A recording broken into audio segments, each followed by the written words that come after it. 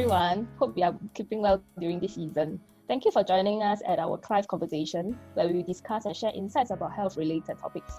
In today's episode, we have invited our senior wellness consultant, 𝐂𝐥𝐢𝐯, who is well-versed in holistic health and TCM, to share more with us. Hello, hi everyone. Hello 𝐂𝐥𝐢𝐯. Hope you've been well during the Hi. circuit breaker. So 𝐂𝐥𝐢𝐯, I have a curious question to ask you. Because many people have been taking special precaution during this period, right? And they have been using hand sanitizer. So what are the different kinds of hand sanitizer in the market?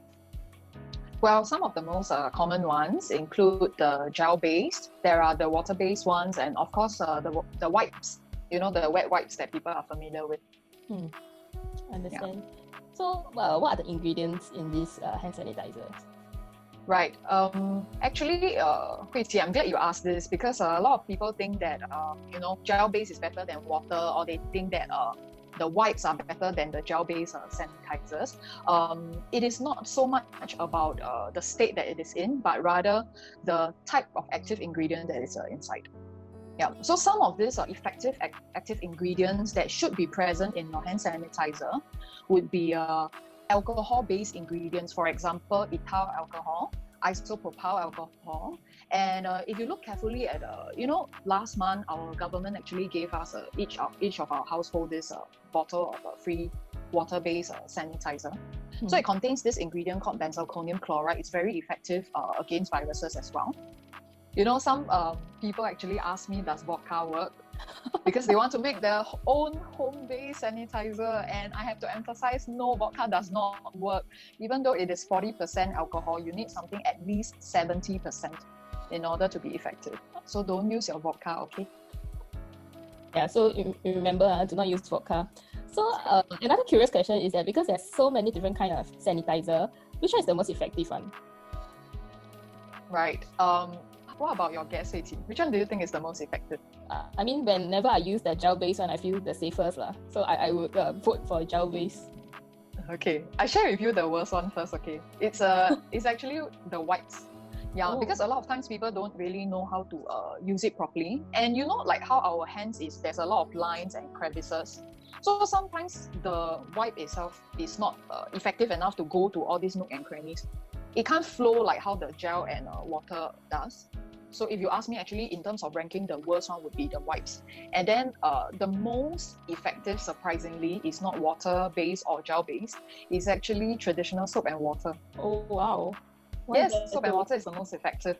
Okay, so in order to understand this, we need to go into some... I'll keep it very simple. Okay, I'll simplify the idea behind this. So now the thing about viruses is they love our skin.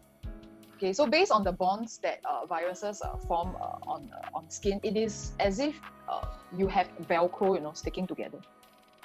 That's how they like it, versus a metal surface or wood surface. The skin has very high affinity or attraction towards all this bacteria. So that's a bad news, right? But the good news is soap has this function of being able to find this bond or the glue between the two surfaces, which is our skin and the germs, and they're able to dissolve it. So what happens when you are trying to soak your hands is it starts to sort of lift the germs away from your hands, and when you run it through the tap, right, all these germs just slide out. Yeah, they just leave the surface of your hands. So that's why soap and water is the most effective. No wonder our government has been advocating soap and water before meals and after meals. Yeah, yes, so always correct. we'll always remember to use traditional soap and water. So how does alcohol effectively eliminate all these viruses?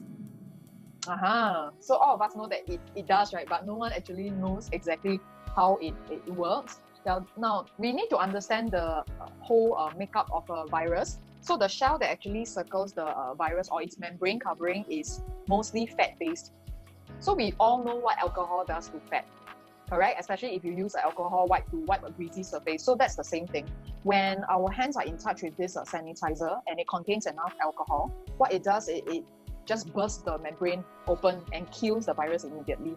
So that leads to the antiviral or the cleaning effect. If you do have greasy hands, for example, you're outdoors and your hands are dirty, actually gel or water-based, even at 70%, they do not work. Oh. Yeah, that's because there is grime, there's grease, there is dirt that is covering the virus. So the liquid has to go through that and then kill the virus. So most of the time it's not effective. Oh, so we have to clean our hands first before using the sanitizer. Yeah. I see. Okay, soap and water is still the best. That's right. Thanks, Cadence, for your insights. As circuit breaker is ending soon, let's continue to take our special precaution and observe social distancing. Let's not be complacent, okay? Yeah, everyone take care and stay safe. Bye-bye. Stay safe. Bye-bye.